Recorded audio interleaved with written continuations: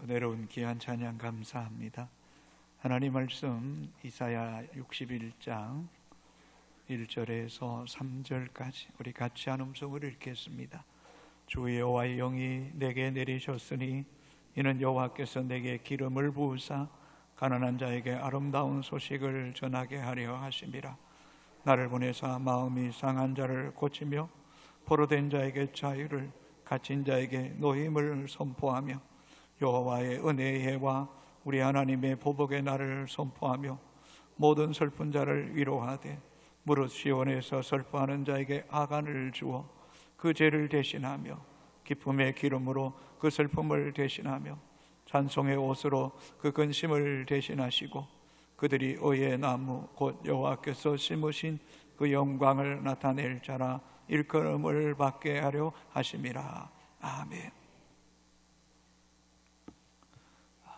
오늘 우리가 살아가는 시대는 과학이 고도로 발전해서 정말 상상할 수 없는 그런 편리함 시대 속에 살아가고 있음이 틀림없습니다. 어쩌면 역사 속의 위대한 왕들도 누리지 못했던 이런 풍요와 또 편리함과 안전과 행복함 속에 살아가고 있습니다. 그러나 사람들의 마음 한구 속에는 불안함, 또 두려움, 또 외로움으로 정신적으로 고통받는 사람들이 급격하게 많아지고 있습니다. 겉으로 보기에는 아주 품위가 있고 고상해 보여도 내면을 깊이 들여다보면 인생 여정의 상처와 스트레스로 고통을 받으며 아파하는 일이 실제 여러분 곁에도 많이 있지 않습니까? 주변에 사람은 많은데 막상 내 마음의 상처, 아픔을 내놓고 이야기하고 나눌 진정한 그런 위로자가 없는 것입니다. 그래서 군중 속에 이 고독이라는 말이 실감나는 그런 세상에 우리 모두가 살아가고 있습니다. 내적 치유사역하는 주서택 목사님을 우리 교회에 모시고 집회한 적이 있습니다. 그분이 선책 가운데 결혼 전에 치유받아야 하는 마음의 상처와 아픔들이라는 책이 있습니다. 그 책에 최이정 씨의 글이 나옵니다. 최이정 씨는 아버지는 권위주의 그 자체였다고 합니다. 가족들이 자기 말대로 움직이지 않으면 버럭 화를 내고 구타하고 또 부수고, 그래서 가족들이 그런 말 있잖아요. 숨조차 제대로 쉬기 힘들었다라고 말합니다. 그뿐만 아니라 아버지는 이 남존여비 사상에 깊이 물들어서 여자는 아무짝에도 쓸데없다, 밥만 축낸다 라는 말을 입부름처럼 했습니다. 최이정 씨는 아버지로부터 다른 쓸모없다라는 말 외에는 다른 말을 들어본 적이 거의 기억에 나지 않는다라고 말했습니다. 그래서 이런 아버지가 너무너무 싫었습니다. 결혼 정년기가 되어서 절대로 아버지 같은 남자는 만나지 않을 것이라고 고르고 골아서 결혼했습니다. 그런데 남편이 아버지를 너무 많이 닮은 겁니다. 남편이 자신의 말을 들어주지 않으면 이 여자를 무시한다라는 생각을 하게 됩니다. 그리고 남편의 말에 지면 평생 또 숨조차 쉴 수 없다라는 생각에 악착같이 대들고 말다툼을 하고 자기 생각을 끝까지 간철시키려고 합니다. 그러다 보니 가정에 평안한 날이 없습니다. 다툼이 끊이지 않습니다. 남편은 아내를 이해할 수가 없습니다. 아내가 너무 무섭게만 느껴집니다. 이정 씨가 남편에게 화를 내는 것은 단순히 남편을 바라보는 게 아니라 남편이 아버지처럼 느껴지기 때문이라는 겁니다. 남편은 매우 정상적인 사람이었습니다.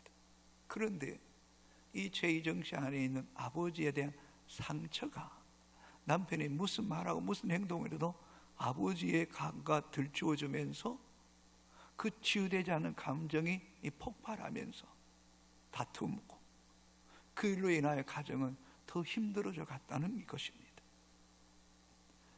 그러나 다행스럽게 최희정 씨는 예수를 믿게 되고 자신의 안에 있는 상처를 알게 됩니다.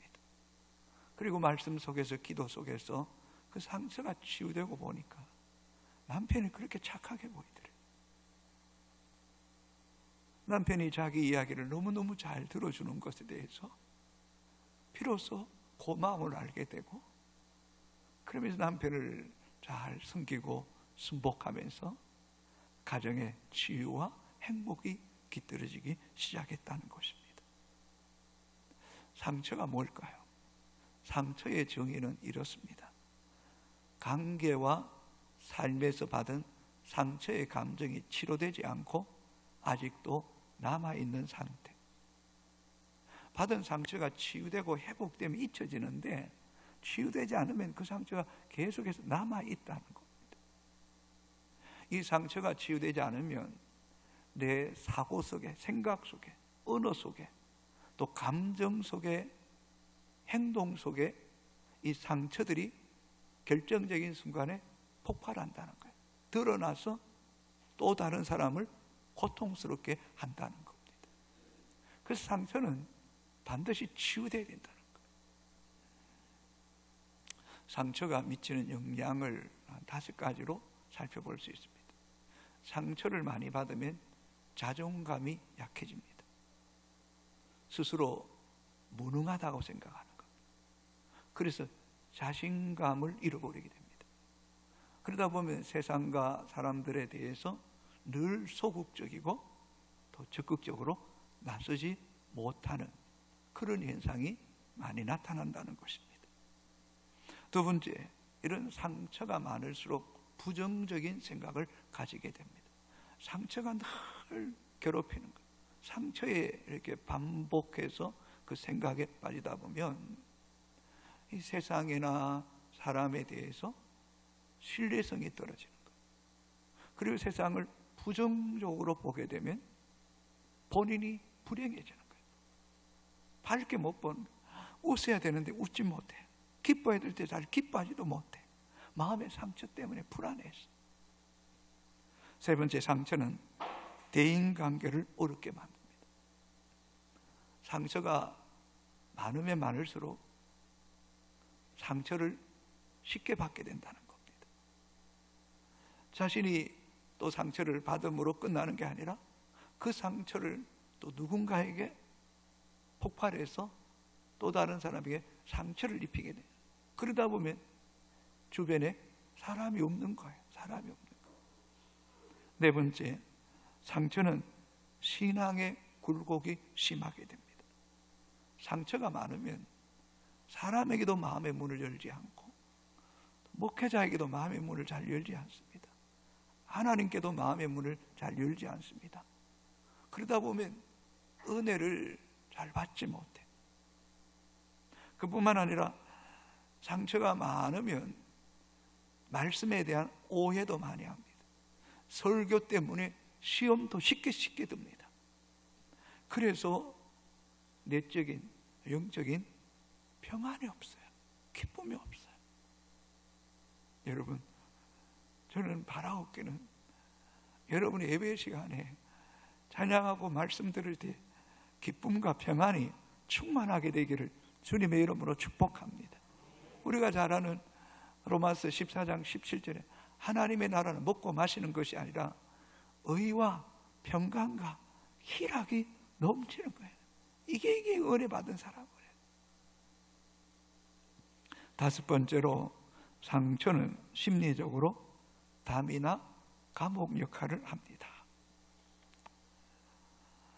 상처가 많으니까요, 사람들 관계를 끓입니다. 또 신뢰를 못하니까요, 관계 형성이 잘 되지 않습니다. 그러다 보면 자기도 모르게 예부와 담을 쌓게 됩니다. 그리고는 남이 감옥을 만드는 것이 아니라 스스로가 감옥에 갇히게 됩니다. 그러다 보면 우울증도 오고 불면증도 빠지고 삶의 의욕이 툭툭 떨어지는 겁니다. 그래서 이런 상처는 반드시 치유가 돼야 됩니다. 치유돼야지 내가 기쁘고 가족이 기쁘고 내 주변의 사람들이 행복해지는 거예요. 상처를 잘 치유받은 사람은 내가 만나는 사람들 자꾸 기쁘게 하고 싶어, 화평하게 하고 싶어, 위로하고 싶고 격려하고 싶어. 이런 마음을 주시면 나도 기쁘고 상대방도 기쁜 거예요. 상대방도 기쁜 거예요. 우리가 믿고 섬기는 예수님은 상처를 많이 받은 분이에요. 그러나 그 상처가 십자가에 죽으시고 부활하심을 통해 치유받으신 그분은 우리의 인생에 상처 입은 치유자를 우리에게 늘 함께 하시는 분이에요. 예수 그리스도는 하나님의 아들로서 죄도 흠도 없는 분이지만 종교 지도자들은 불의한 재판으로 예수 그리스도를 저주의 십자가 못 박아 죽일 죄인으로 몰아가신 거예요. 인격적인 엄청난 상처를 입으신 분이죠. 어디 그뿐입니까? 군병들은 예수님께 침을 뱉고 옷을 벗기고 자색 옷을 입히고 네가 왕이냐?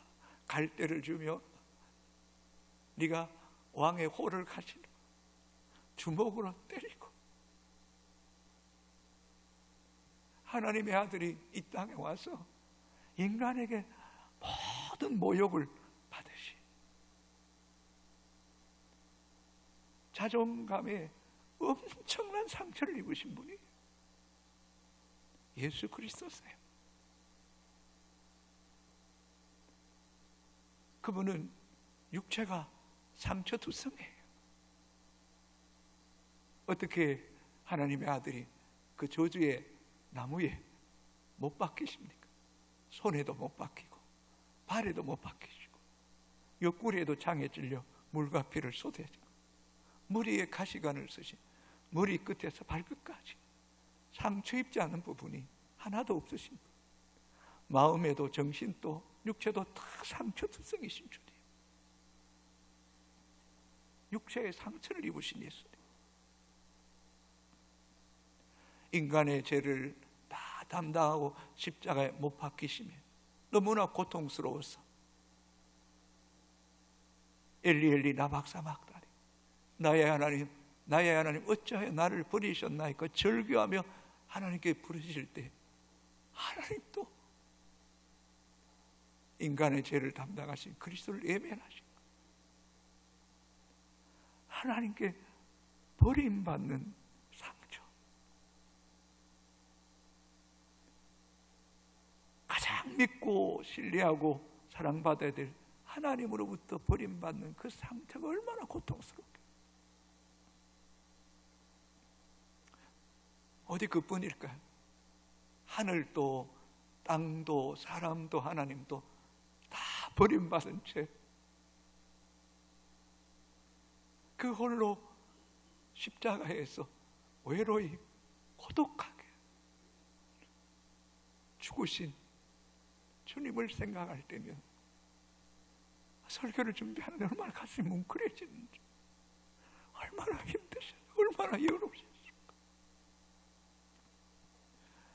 우리 인간이 겪어야 될 상처를 다 담당하시고 십자가에 죽으시고 죄와 죽음의 권세를 이기시고 부활하신 예수 그리스도는 우리 인간의 상처 입은 치유자가 되시는 줄로 믿습니다.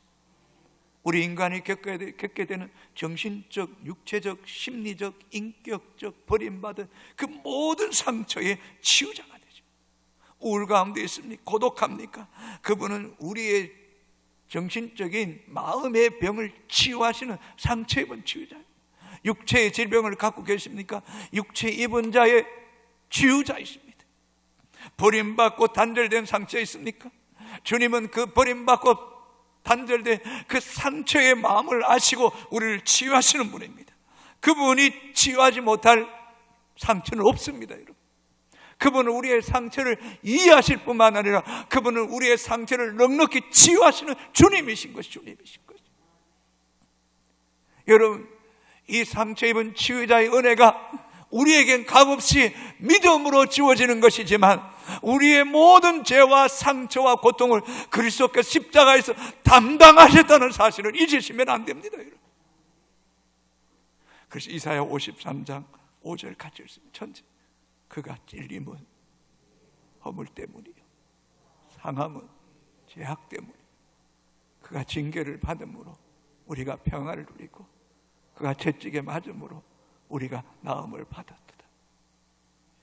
여러분, 이 말씀 그냥 읽으면 안 돼. 내 대신 채찍에 맞은 거예요. 내 대신 상하신 거예요.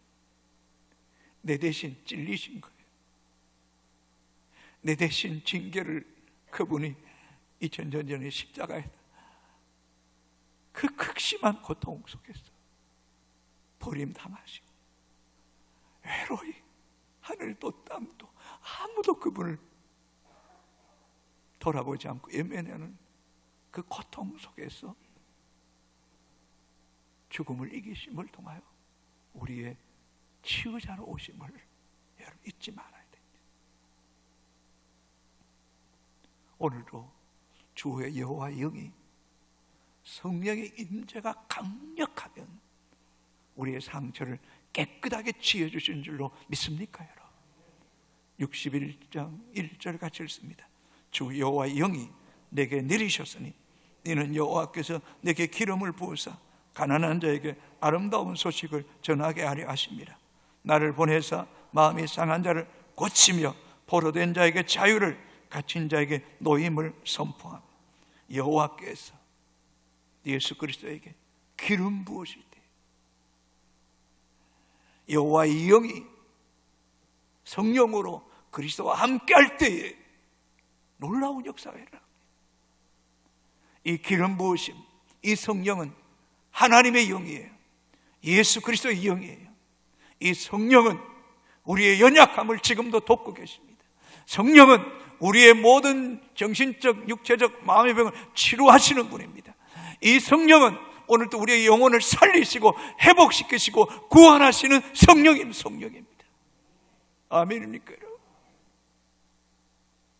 이 강력한 성령이 임하면 우리의 상태를 치유하지 못할 부분이 하나도 없는 줄로 믿습니까, 여러분?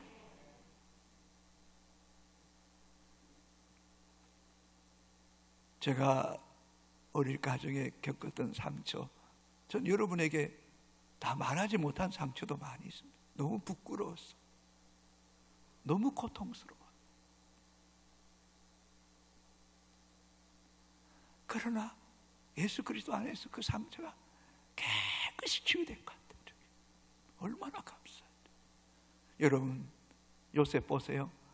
형제들에게 버림당하고 감옥에서 억울한 누명서, 그를 총리로 세우시고 하나님께서 그에게 문화세를 주실 때 그 자식을 얻은 모든 걸 다 잊게 하신 거예요. 문화세 다 잊게 하고 에브라임 번성하게 하신 거예요. 하나님이 함께 하시면 상처를 치유하시는 거예요. 회복시키는 거예요. 더 큰 은혜로 바꿔주시는 거예요. 모세는 정신적인 상처, 트라우마를 가진 사람입니다. 여러분, 태어난 지 석 달 만에 나일강의 갈대상자에 담겨져 버림받는 상처가 있습니다. 바로의 공주의 품에 안겨 바로의 궁에 들어갔지만 그의 어머니가 유모로 와서 젖을 먹이고 젖을 떼자 사는 어머니, 육신의 어머니와 이별을 고해했습니다. 40세가 되고 민족을 위해서 큰 일을 계획했다가 너무 혈기가 왕성해서 살인자가 되었어. 40년 동안 미디안에서 망명생활합니다. 그의 육체도 늙고 정신적 늙고 모든 꿈도 이제는 사라졌어. 스스로 아무것도 할 수 없다고 할 그때에 하나님은 호렙산 가시떨기 가운데 찾아오셨어. 모세야 이름을 부르십니다. 내 이름 아시죠? 내 모든 생각도 아시는 모세야, 모세야, 네가 선 곳은 거룩한 곳이니 내 발에 신을 벗으라고 말씀하십니다. 가시떨기에 불이 붙었는데 그 불꽃이 사라지지 않는 것입니다.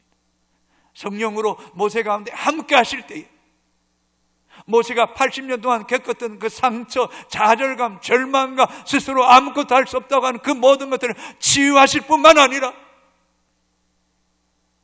그를 보내어서 430년 동안 종살이하던 이스라엘 백성들을 출애굽하는 위대한 지도자로 바꿔놓으셨습니다. 그렇습니다. 예수 그리스도는 우리의 상처를 치유하실 뿐만 아니라 우리로 하여금 하나님의 위대한 일을 감당하게 하는 또 다른 치유자로 세우시기를 원하는 줄로 믿습니다. 참 하나님이 하시는 일이 놀랍고 귀하지 않습니까? 엘리야는 마음의 병, 심각한 우울증을 앓았습니다. 엘리야는 갈멜산에서 바알과 세라상을 섬기는 850대 1로 영적 전쟁을 통해 승리한 사람입니다. 그가 또 기도한 적 3년 6개월 동안 비 오지 않는 땅에 비가 내리는 하나님의 놀라운 응답을 받았던 사람입니다. 그러나 아합의 아내 이세벨이 엘리야에게 내일 이맘때가 되면 네 생명을 절대로 살려두지 않겠다는 그 협박을 받고 그도 사람인지라 마음에 병이 들자 그는 브엘세바로 도망칩니다. 그리고 또 브엘세바에서 하룻길 가서 노뎀 나무 아래에 앉아서 하나님, 내가 지금까지 산 것으로 넉넉합니다. 충분합니다. 더 이상 살고 싶지 않습니다. 내 생명을 이제 취해달라. 극심한 우울증에서 살고 싶지 않은 겁니다. 같이 한번 읽어볼까요? 자기 자신은 강야로 돌아가 하룻길쯤 갔어 한 노dom나무 아래에 앉아서 자기가 죽기를 원하여 이르되 여호와여 넉넉하오니 지금 내 생명을 거두시옵소서. 나는 내 조상들보다 낫지 못하니이다 하고 그때 하나님은 엘리야에게 천사를 보내어서 그를 어루만져 주십니다. 하나님의 천사가 어루만져 주십니다. 숯불에 구운 떡과 물을 가져다가 엘리야를 먹이시는 하나님, 세밀하시고 자상하시고 찾아오시는 그 하나님. 그 다음 날 또 다시 또 천사가 내려와 엘리야를 어루만져 주시고 떡과 물을 주시며 힘을 얻어 40주 40야 호렙산으로 갑니다.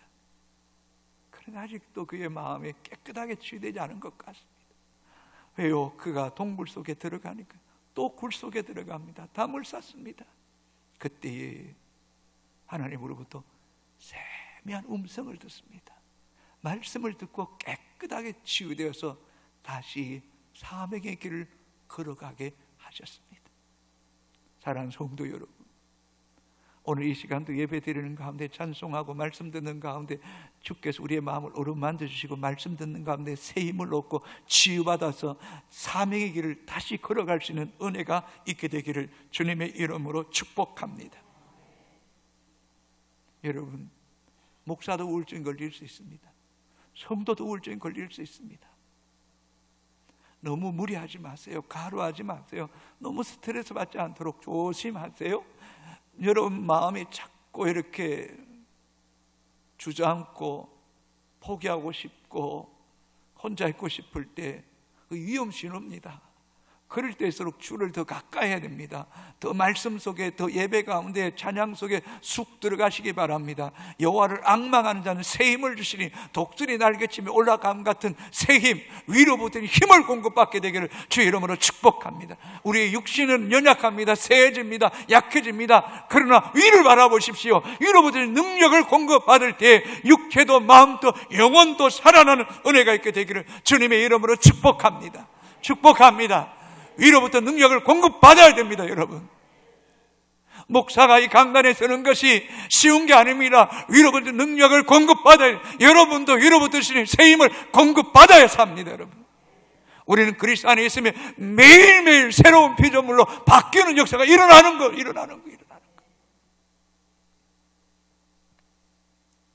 12해 동안 헬루증으로 고통받은 여인, 많은 의인에게 찾아가서 괴로움을 당하고 가진 것도 다 허비하고